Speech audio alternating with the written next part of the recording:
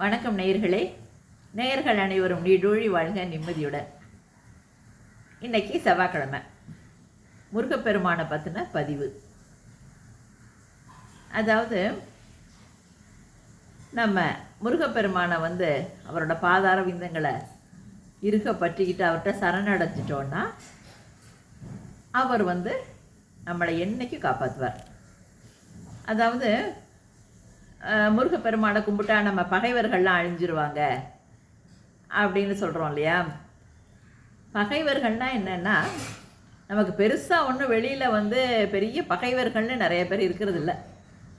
பார்க்க போனால் இந்த பகைவர்கள்ங்கிறது யாருன்னா நமக்குள்ளே இருக்க பகைவர்கள். அதாவது ஒருத்தர்கிட்ட நல்ல திறமை இருக்கலாம், உழைப்பு இருக்கலாம், வாய்ப்புகளும் கிடைக்கலாம். ஆனால் அவருக்கு முன்னுக்கு வராததுக்கு என்ன காரணம்? அதுக்கு அவரே தான் காரணம்.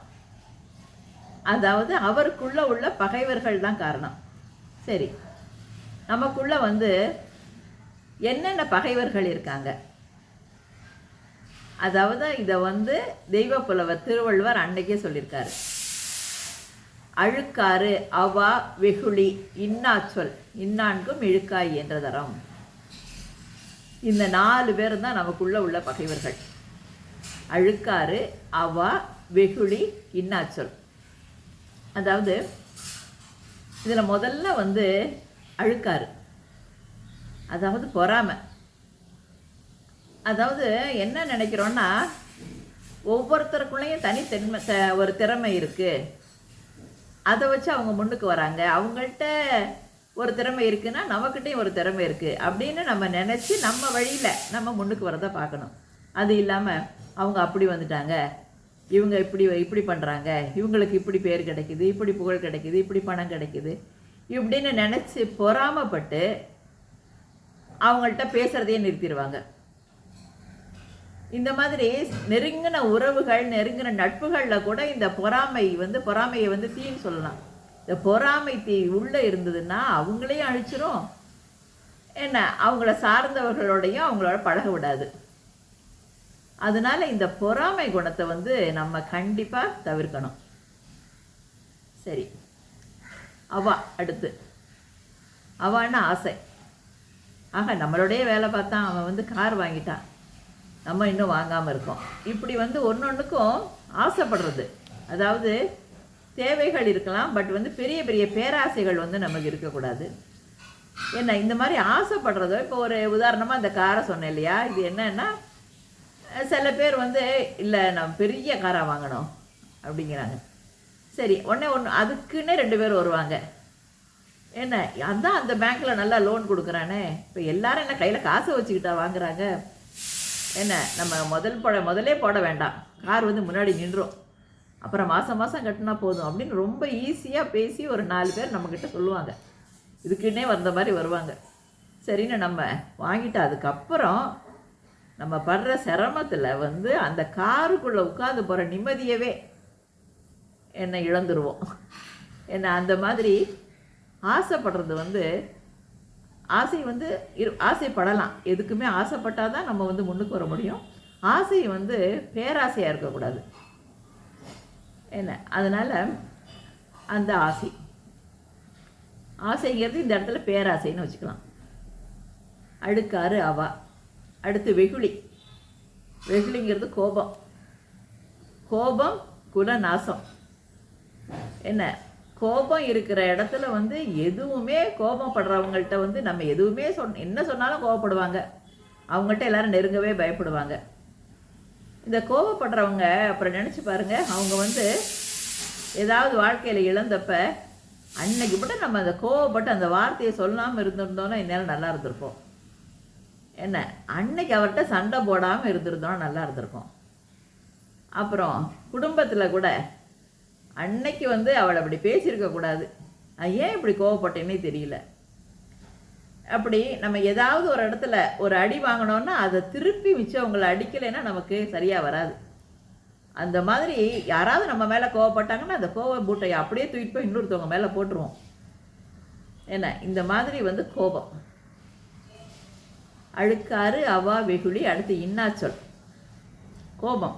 கோபப்படுறவங்க இருக்காங்கல்ல, அவங்க செய்கிறது அடுத்தது என்னன்னா, உடனே கோவப்பட்ட உடனே சும்மா கோவப்பட்டுட்டு உட்காந்துருக்க மாட்டாங்க. இன்னாச்சொல், அதாவது என்னென்ன பேச முடியுமோ அவங்கள கோவப்பட்டு அவங்கள இன்ன வார்த்தைன்னு இல்லை எல்லாமே பேசுகிறது படன்னு. என்ன அவங்க அப்படி பேசுகிறப்ப தான் அவங்களோட சுயரூபமே வெளிப்படும். அவங்க மனசில் எவ்வளவு நாள் பொறாமை வச்சுருந்தாங்க, இவ்வளவு நாள் நம்மளை பற்றி என்ன நினச்சிக்கிட்டு இருந்தாங்க, எல்லாமே அதில் வெளிப்பட்டுரும். அதாவது ஒரு மனிதனை சரியாக அளக்கக்கூடிய கருவி என்ன தெரியுமா? நாக்கு. ஒருத்தரோட நாக்கை வச்சே அவங்க எப்படின்னு சொல்லிடலாம்.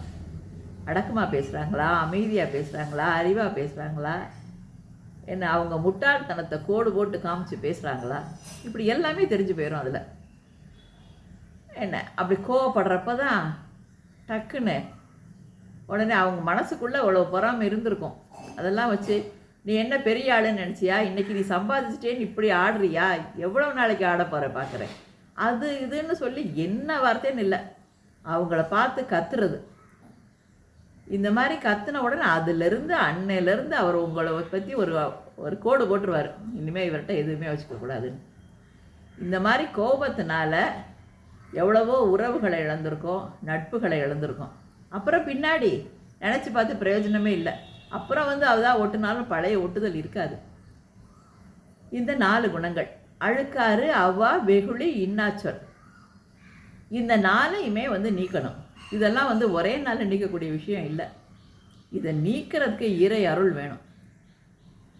இறைவன் தான் உங்கள் மனசுக்குள்ளே புகுந்து இந்த பகைவர்களை அழிக்க முடியும். இந்த நீங்கள் முருகப்பெருமானை இடைவிடாது தினம் ஆராதனை செஞ்சு பாருங்கள், என்ன தினம் வழிபாடு செஞ்சு பாருங்கள். முருகனை உங்கள் மனசுக்குள்ளே கோயிலில் கட்டி மனசுக்குள்ளே அவரை உட்கார வச்சு தினம் அபிஷேகம் ஆராதனை பண்ணி பாருங்கள். உங்களுக்குள்ள உள்ள இந்த பகைவர்கள்லாம் இருக்க இடம் தெரியாமல் போயிடுவாங்க, அவங்கெல்லாம் அழிஞ்சு போயிடுவாங்க. அப்புறம் உங்கள்கிட்ட என்னதான் சொன்னால் கூட, ஒருத்தர் கோவப்பட்டு உங்கள்கிட்ட பேசினா கூட நீங்கள் அமைதியாக இருப்பீங்க. காரணம் என்ன? உங்களுக்குள்ள முருகன் இருக்கார்.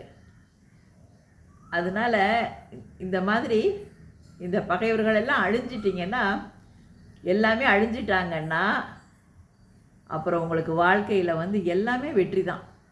எல்லாரும் அதுக்கப்புறம் உங்களை பார்க்குற பார்வையே வேறு. என்ன அவரை பார்த்தேன், அப்படியே ரொம்ப தெய்வீகமாக இருக்கார், என்ன அமைதியாக இருக்கார் பார்த்தீங்களா, அவரை பார்த்தாலே நல்ல ஒரு விவரம் தெரியுது. அதிர்ந்து பேசலை, கோவப்படலை, அவரை பார்த்து கோவப்பட்டு கத்துனாலும் அப்படியே அமைதியாக இருந்தார் அப்படின்னு உங்களை பற்றி என்ன உங்களுக்குள்ள தெய்வம் இருக்கிறத தெரிஞ்சுக்குவாங்க. அதனால் இன்றைக்கி செவ்வாய்க்கிழமை முருக வழிபாடு. நேற்று ஆடி கிருத்திகை ரொம்ப அருமையாக கொண்டாடணும். அதனால் முருகனை மனசில் நிறுத்தி அவர் பாதத்தை இறுக பற்றிக்கிட்டு நீங்கள் வழிபாடு செஞ்சு பாருங்கள். இந்த மாதிரி பகைவர்கள்லாம் அழிஞ்சிருவாங்க. அழுக்காறு அவா வெகுளி இன்னாச்சொல், இந்த 4மே உங்கள்கிட்ட இருக்காது. அப்புறம் என்ன, நீங்கள் நினச்சபடி நல்ல வாழ்வாங்கு வாழலாம், சாதனை படிகளில் ஏறி பெரிய பெரிய சாதனைகள் படைக்கலாம். என்ன உங்களுக்கு எப்போவும் சந்தோஷம் உங்கள்கிட்ட இருக்கும், சந்தோஷத்துக்கு மேலே ஒரு நிம்மதி இருக்கும். எல்லாத்துக்கும் காரணம் முருகன் உங்களோட இருக்கிறது. வாழ்த்துக்கள்.